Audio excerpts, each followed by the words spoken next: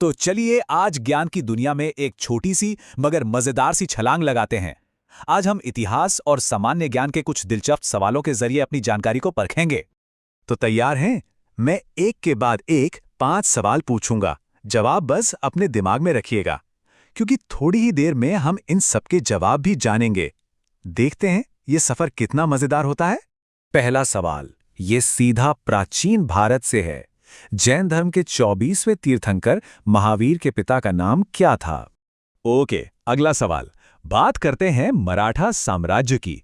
छत्रपति शिवाजी महाराज के आध्यात्मिक गुरु कौन थे वो? तीसरा सवाल ये हमारी संस्कृति से जुड़ा है। एक बड़ा ही अनोखा नाम है मंदिर का, सास बहू मंदिर। आखिर ये है कहां पर? अच्छा, अब थोड़ा दुनिया घूमते हैं। एक देश है टोंगा। ये कौन से महादेश में पड़ता है?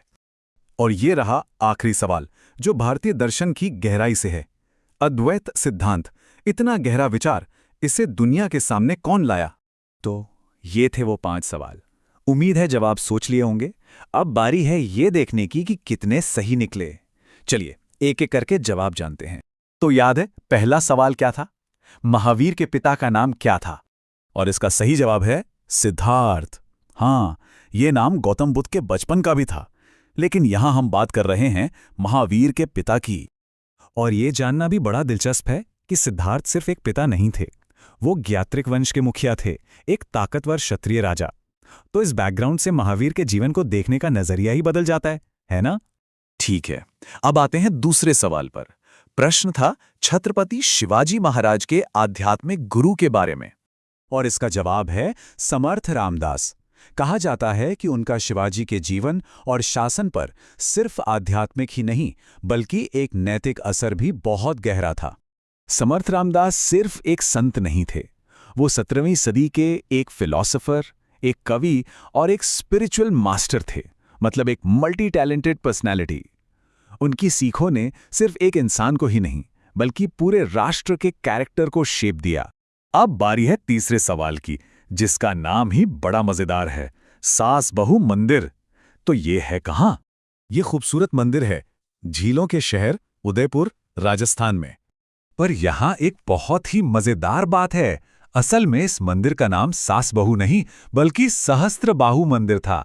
सहस्त्र बाहु मतलब 1000 भुजाओं वाले, यानी ये भगवान विष्णु को समर्पित था। लेकिन बस बोलते बोलते ये सहस्त्र बाहु से सास बहू बन गया। कमाल है ना कि कैसे आम बोलचाल में चीजें बदल जाती हैं। चौथा सवाल जो हमें दुनिया के मैप पर ले गया था, टोंगा किस महादेश में है?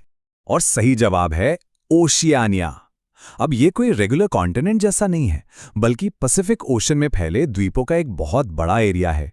टोंगा की सबसे खास बात यह है कि ये आज भी एक पॉलिनेशियन किंगडम है, मतलब यहाँ राजशाही है, और ये 170 से ज्यादा द्वीपों से मिलकर बना है। सोचिए कितना खूबसूरत होगा। और आखिर में वो सवाल जो भारतीय फिलॉसफी के जड़ों तक ले गया था, अद्वैत सिद्धांत के प्रतिपादक कौन थे? इस गहरे फिलोसॉफिकल कॉन्सेप्ट को दुनिया के सामने रखने का श्रेय जाता है महान थिंकर आदि शंकराचार्य को। आदि शंकराचार्य 8वीं सदी के एक ऐसे दार्शनिक थे जिन्होंने अद्वैत वेदांत यानी नॉन ड्यूलिज्म के सिद्धांत को मजबूती से स्थापित किया। इसका मतलब है अद्वैत यानी दो नहीं, एक। उनका मानना था कि आत्मा और ब्रह्म अलग अलग नहीं बल्कि एक ही हैं। ये सोच आज भी इंडियन स्पिरिचुअलिटी की बुनियाद है। तो स्कोर जो भी रहा हो, मजा तो आया होगा इतिहास, भूगोल और दर्शन के इन पन्नों को पलटने में। ये सफर बस हमें यही याद दिलाता है कि ज्ञान का समंदर कितना बड़ा है। और ये एक सवाल भी छोड़ जाता है कि अगर मौका मिले तो इतिहास का कौन सा पन्ना खोलकर उसमें और गहरे उतरना चाहेंगे। सोचिएगा जरूर।